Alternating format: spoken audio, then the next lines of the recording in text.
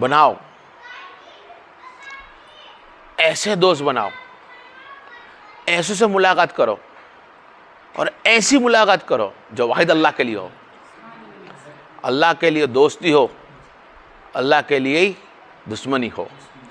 अल्लाह के लिए दोस्ती भी हो, ऐसे साथ बैठ जो अल्लाह के साथ उठता हो, अल्लाह के साथ बैठना हो, उसका उठना भी अल्लाह के साथ हो, अल्लाह वाले साथ हो, बैठना भी अल्लाह वाले साथ हो, चलना भी अल्लाह वाले साथ हो, फिरना भी अल्लाह वाले साथ हो, दीन की बातें सुनना उसके अल्लाह वाले साथ हो। अल्लाह के रसूल सल्लल्लाहु अलैहि वसल्लम ने फरमाया, जो उलमाए दीन है, चाहे वो इमाम साहब हो, हमारे पेश इमाम मस्जिद के, चाहे वो पीर बनकर बैठो, चाहे शेख बनकर बैठो, तुम्हारे उस्ताद जो अपनी भाषा में बोले उस्ताद, वो जो अल्लाह उसके रसूल की इताअत मानने वाले हो, कुरान को समझाए और हदीसों को जो समझाए, वो ये सब शेख होते हैं, ये आलिम है, ये उलमा है, ये पीर साहब और ये दीन फैलाने वाले। और जो दीन फैलाता है ये नबी का वारिस है। क्या है? नबी करीम सल्लल्लाहु अलैहि वसल्लम के वारिस है। और जिस इलाके में, जिस मोहल्ले के अंदर, जिस बस्ती के अंदर जो आलिम ना हो ना, वह बस्ती में रहना हराम है। वो दर्जा आलिम का क्या करता आलिम? इतना बड़ा दर्जा कैसे अल्लाह रखा है? अरे इसके लिए दर्जा इतना बुलंद है, कुरान को देखता है वो, तो वो अल्लाह से गुफ्तगू लेता है, फिर वो गुफ्तगू हदीस नबी करीम से लेता है और फिर बारगाह उम्मत मुस्तफ़ा को पहुंचाता है। ये उसका जॉब होता है। क्या होता है? और ये अल्लाह कुछ लोगों को नवाजता है, सबको नहीं। अब इसमें राजो नियाज भी है। कुछ लोगों को मदरसों में से तामील मिलती है, तालीम, और कुरान को पढ़ते हैं, मुफ्ती बनते हैं, आलिम उलमा कारी बनते हैं। और कुछ लोगों को अल्लाह के रसूल फरमाता है कि मैं सीने से देता हूं, वो मदरसे में ना जाए, किसी मौलवी के साथ ना बैठा हो, किसी पीर से ना बैठा हो, लेकिन अल्लाह जिसे चाहे उसे तौफीक दे देता है। जिसे अल्लाह चाहे उसे तौफीक दे देता है। हमारा काम है, दीन जिसने समझाया हमें, हम उसकी ताजीम करें, उसकी इज्जत करें, उसका एहतराम करें। आज हमने क्या करा? आलिम मौलवा की ताजीम बंद कर दी। जो मौलवी साहब है हमारे इमाम पेश इमाम है, जो हमें नमाज अदा करा थे, आज उनकी ताजीम बंद कर दी। उनको हमने क्या कर दिया? हल्के में ले लिया। उनकी बोली लगा दी हमने 10,000 5,000 में। ये उनकी बोली हो गई है। क्या हो गई है? आज दुनिया वालों ने उनकी वैल्यू रखी है सिर्फ 5,000 10,000 में। और किसी को 5,000 10,000 वाला बंदा साइकिल पे चलता है और कुछ दिन के बाद अगर वो गाड़ी ले लेता है तो उसकी गिबत चालू कि ये मौलवी आगे कैसे बढ़ गया। अरे वो अल्लाह वाला है, वो अल्लाह वाला है। समझ में आ रही है? अल्लाह वाला है, वो दुनिया वाला नहीं है। जो दुनिया छोड़ देता है तो दुनिया पैरों में आ जाती। फिर दुनिया छोड़ दे, दुनिया पैरों में आ जाएगी, अल्लाह उसे अता कर देता है। आलिमों की ताजीम नहीं करना, जो दीन सिखाता है उसकी ताजीम ना करे, और जिससे दीन सीखा है उसकी गिबत करे। सख्त नबी करीम ने फरमाया कि वो मुनाफिक है। क्या है? जिससे हम दीन सीखते हो, जिसके पीछे हम नमाज पढ़ते हो, जिससे हमें कुरान की तालीम मिलती हो, जिससे हदीसा मिली हो, जिससे अच्छी संगत मिली हो, जिसको अल्लाह उसके रसूल पर जाने का रास्ता मिला हो, उसकी गिबत कर दे, उससे फरेबी कर ले, तो सोच लेना कि वो मुनाफिक है।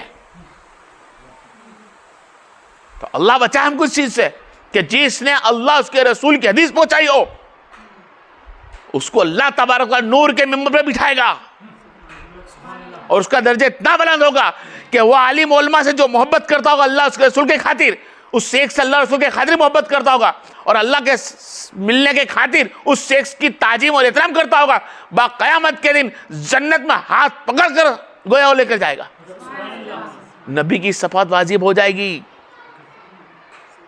मैं मुख्तसर चीजें ही बता रहा हूं आप लोगों को कि उलमाओं का दर्जा अल्लाह के रसूल ने कितना बुलंद रखा है। इतना बुलंद रखा है, मिसाल के तौर पे नबी करीम सल्लल्लाहु अलैहि वसल्लम ने हदीसों में फरमाया कि सहाबाओ, ए साहबा, तुम में जैसे एक नबी होता है ना, ऐसे आने वाली उम्मत के अंदर एक आलिम होगा। फिर और छोटी कर मिसाल बताऊं कि जैसे सितारों के अंदर एक चांद होता है, एक सितारों में चांद होता है, इस तरह एक आलिम क्या मर्तबा होगा जो अमाम उम्मत मुस्तफा को सिखाता होगा, उसका दर्जा इतना बुलंद होगा। वो अंबियाओं का वारिस है और अल्लाह उसके करीब है, वो अल्लाह के करीब है, क्योंकि वो दीन जानता है। क्या जानता है? दीन जानता है। वो दुश्मनों से, शैतान लाइन से लड़ना जानता है, तब उसको तमाम इल्म उसके पास मौजूद होता है, तो अमाम को सिखाता है कि भाई सरे का कानून ये है, ये हदीस है, ये सरे है। और वो उलमा बनने में उसको कितनी तकलीफ लगती है। 5 या 10 मिनट का बयान यौमिल जुम्मा के दिन 15 मिनट का बयान होता है। कोई शेख भी बताता होगा 11वीं शरीफ को लेकर, तो आधा घंटे तक का प्रोग्राम, लेकिन आधा घंटे के बयान के लिए उस उलमा को, उस शेख को, उस पीर साहब को, उस्ताद को मिनिमम 2-2, 3 दिन लग जाते हैं कुरान शरीफ को देखने में, उसकी तफसीलात करने में, उसका तर्जुमात करने में, फिर हदीस को देखने में।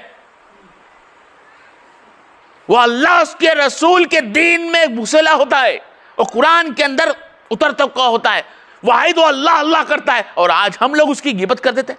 अरे अल्लाह के रसूल ने फरमाया, कोई आलिम अगर कमजोर भी हो ना, कमजोर भी हो तो उसकी गिबत ना करे, उसके हक में तुम दुआ करे कि अल्लाह वो आलिम का दर्जा बुलंद कर दे।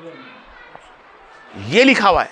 और वो आलिम भी एक काम करे कि वो बयान करे, वो दीन फैलाए, तो ये सोचकर फैलाए कि मैं अल्लाह के लिए करता हूं, अल्लाह को राजी करने लिए करता हूं। अल्लाह फरमाता है फिर वो बयान तेरा कोई समझे या ना समझे, कोई तूने माने या ना माने, अल्लाह फरमाता है मैं मानता हूं तू मेरा आलिम है।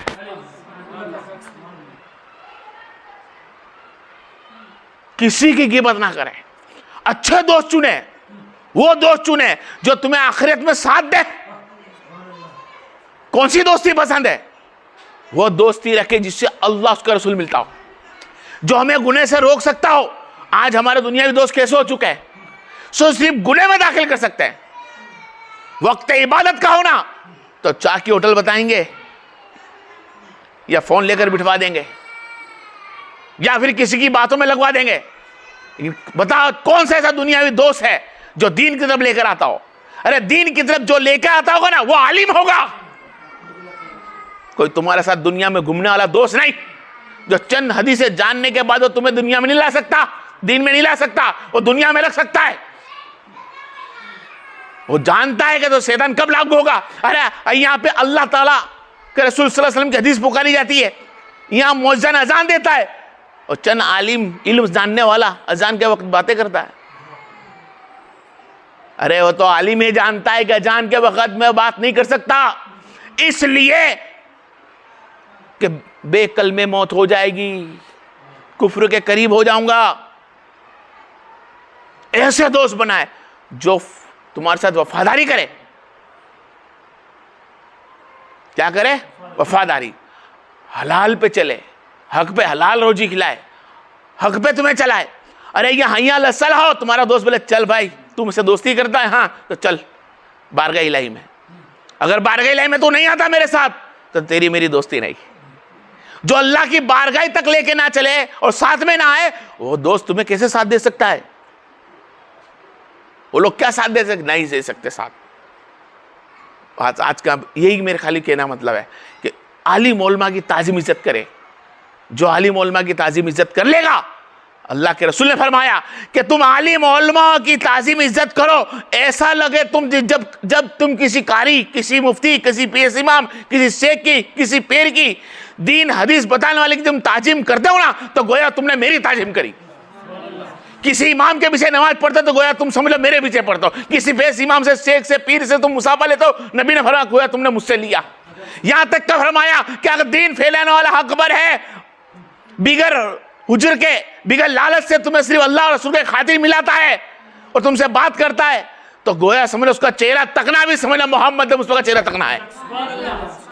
ये हदीसा है, मैं आपको जो बता रहा हूं हदीसा मुख्तसर बता रहा हूं, छोटी करके, बहुत कुछ है वक्त की कमी के हिसाब से।